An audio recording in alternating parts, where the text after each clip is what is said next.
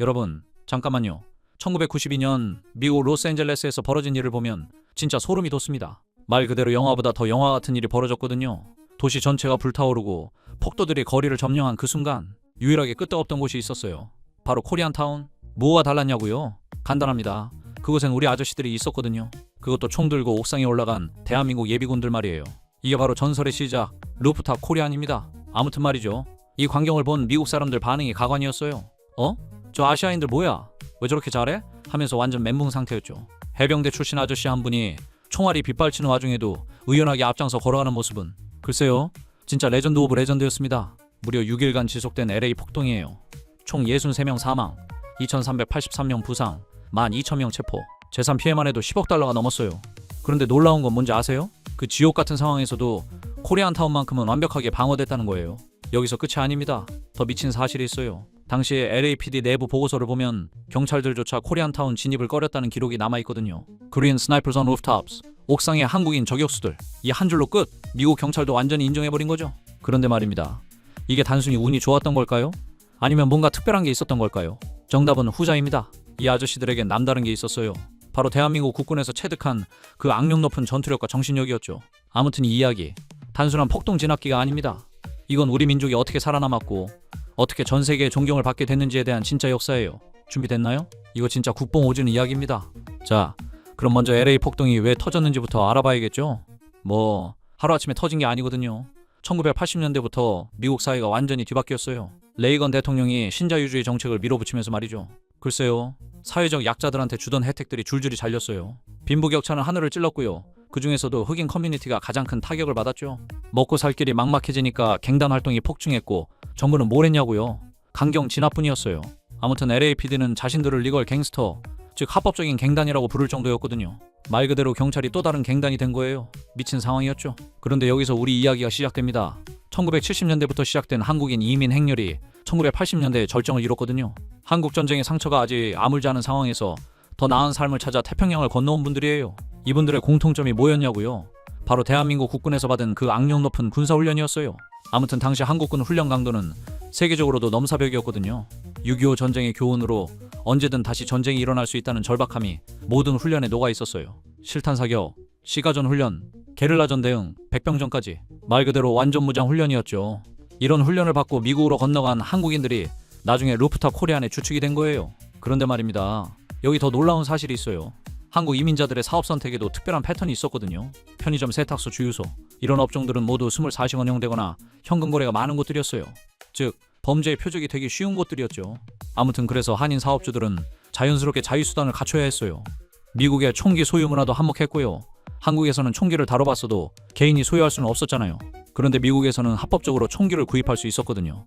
군대에서 M16을 다뤄본 한국인들에게 민간용 소총은 그리 어려운 물건이 아니었어요. 이게 바로 복선이었던 거죠. 그런데 1991년 두 개의 사건이 LA를 완전히 뒤흔들었습니다. 먼저 3월에 터진 두순자 사건이에요. 한인 여성 두순자가 흑인 소녀 라타샤 할린스를 총격으로 사망하게 만든 사건이었거든요. 글쎄요, 두순자는 라타샤가 오렌지 주스를 훔치려 한다고 생각했고 몸싸움 끝에 총을 발사했어요. 이 사건으로 흑인 커뮤니티의 한인에 대한 적대감이 완전히 폭발 직전까지 갔죠. 여기서 끝이 아닙니다. 더 큰 문제가 있었어요. 바로 그해 3월에 벌어진 로드니 킹 사건이에요. 백인 경찰 4명이 흑인 운전자 로드니 킹을 집단 폭행하는 장면이 비디오로 촬영됐거든요. 무려 56차례나 경찰봉으로 구타당하는 모습이 전국에 방영되면서 미국 전체가 충격에 빠졌어요. 말 그대로 멘붕 상태였죠. 이 두 사건이 만들어낸 긴장감은 마치 화약고 같았어요. 흑인들은 한인들을 또 다른 백인으로 여겼고 한인들은 자신들이 억울한 누명을 쓴다고 생각했어요. 그 사이에서 진짜 가해자인 백인 커뮤니티는 상황을 방관하고 있었고요. LA의 인종구조도 복잡했어요. 백인들은 베버리 힐스 같은 부유한 지역에, 흑인들은 사우스 센트럴에, 그리고 한인들은 그 중간지대인 코리안타운에 모여 살았거든요. 지리적으로도 흑인과 한인이 충돌할 수밖에 없는 구조였던 거예요. 아무튼 경제적 격차까지 더해졌어요. 한인들은 가족 단위로 사업을 하며 비교적 빠르게 중산층에 진입했거든요. 반면 흑인들은 여전히 빈곤에 시달리고 있었죠. 이런 상황에서 한인 가게들은 흑인들에게 착취자로 여겨졌어요. 그런데 말입니다. 1992년 4월 29일 상황을 완전히 뒤바꾼 판결이 나왔어요. 로드니 킹을 폭행한 백인 경찰 4명 모두에게 무죄가 선고된 거예요. 이게 바로 방아쇠였습니다. 그날 오후 3시 LA는 말 그대로 지옥으로 변했어요.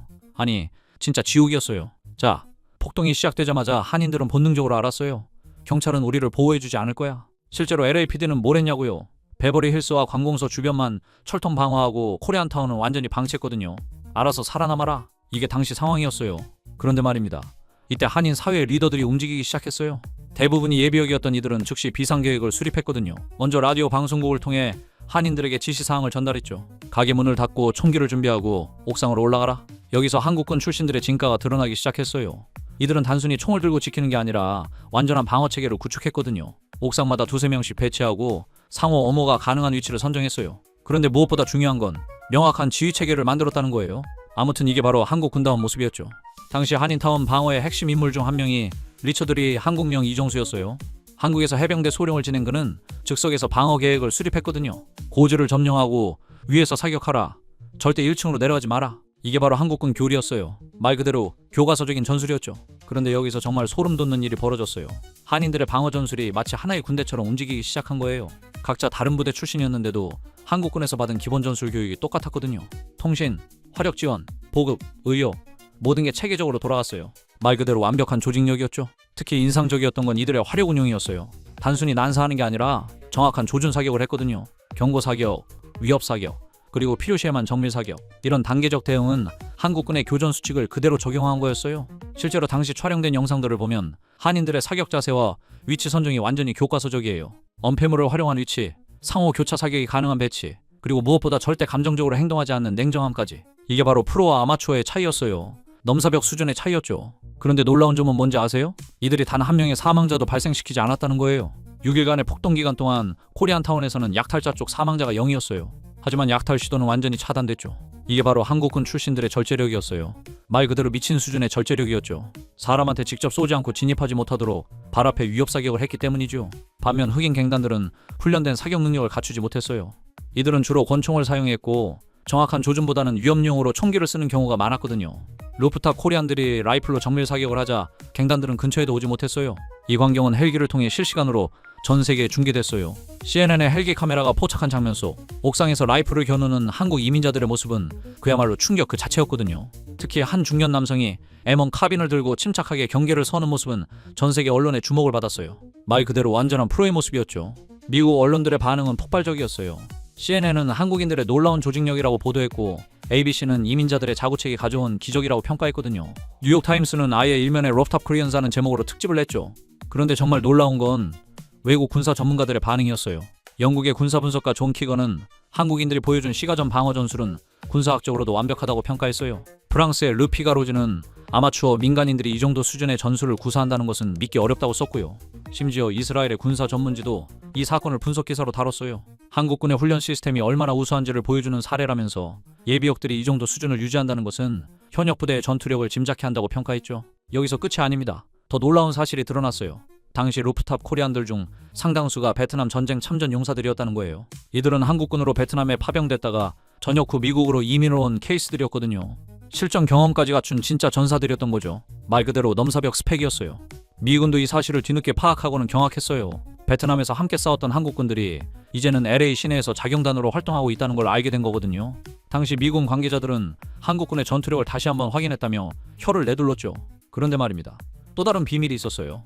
한인들은 단순히 개별적으로 행동한 게 아니라 완전한 네트워크를 구축하고 있었거든요. 교회를 중심으로 한 조직력, 동양 출신들의 결속력, 그리고 무엇보다 군대에서 함께 근무했던 전우들 간의 유대감까지. 이 모든 게 하나로 뭉쳐서 LA 코리안타운을 지켜낸 거였어요. 말 그대로 완벽한 팀워크였죠. 폭동 6일 후 상황이 진정되자 미국 정부는 조사단을 꾸려 코리안타운의 방어 상황을 분석했어요. 그 결과 보고서에는 뭐라고 나왔냐고요? 한국계 미국인들의 조직력과 전투 능력은 정규군 수준. 이게 바로 공식 문서에 기록된 미국 정부의 평가였어요. 말 그대로 넘사벽 인정이었죠. 하지만 이 모든 영웅담 이면에는 깊은 상처도 존재했어요. LA 폭동 이후 한인들은 스나이퍼 민족이라는 이미지를 얻게 됐거든요. 일부 범죄자들은 한인 운영가게를 공격할 때 아예 먼저 죽이고 털자는 식으로 접근하기도 했죠. 그만큼 공포의 상징이 되어버린 거예요. 글쎄요, 이게 마냥 좋은 것만은 아니었던 거죠. 그로부터 33년이 흘렀어요. 그런데 2025년 6월 8일 전 세계가 다시 한번 루프탑 코리안을 주목하게 만든 사건이 벌어졌거든요. 바로 도널드 트럼프 미국 대통령의 장남 트럼프 주니어가 자신의 SNS에 올린 게시물 때문이었어요. Make rooftop Koreans great again. 루프탑 코리안을 다시 위대하게. 말 그대로 완전히 뒤집어진 상황이었어요. 트럼프 주니어는 1992년 LA 폭동 당시 한인이 옥상에서 총을 들고 경계를 서는 그 유명한 사진과 함께 이런 글을 올렸거든요. 왜 하필 이 시점에? 바로 LA에서 트럼프 정부의 불법 이민자 단속에 반발하는 대규모 시위가 벌어지고 있었거든요. 아무튼 33년 전과 상황은 완전히 달랐어요. 이번엔 흑인들이 한인들을 약탈한 게 아니라 이민자들이 강제 추방에 항의하는 시위였죠. 하지만 트럼프 측에서는 이 시위를 폭동으로 규정하며 루프탑 코리안의 이미지를 강경 진압의 정당성을 주장하는 도구로 사용한 거예요. 이 게시물은 순식간에 전 세계로 퍼져나갔어요. 무려 1,500만 명의 팔로워를 가진 트럼프 주니어의 영향력이었거든요. 하지만 반응은 예상과 달랐어요. LA 한인회가 즉시 성명을 발표했거든요. 한인들의 지난 트라우마를 어떤 목적으로든 절대로 이용하지 말 것을 강력히 촉구한다.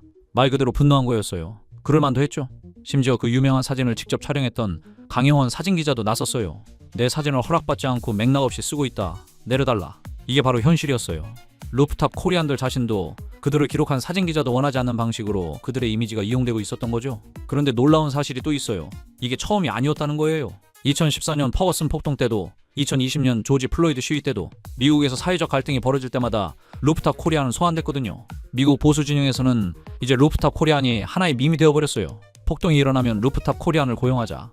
이런 글들이 레딧 같은 온라인 커뮤니티에서 수천 개의 추천을 받으며 확산되고 있거든요. 총기 규제에 반대하는 보수 세력들에게 루프탑 코리안은 개인의 무장권을 상징하는 아이콘이 되어버린 거예요. 글쎄요, 이게 과연 좋은 건지는 모르겠어요.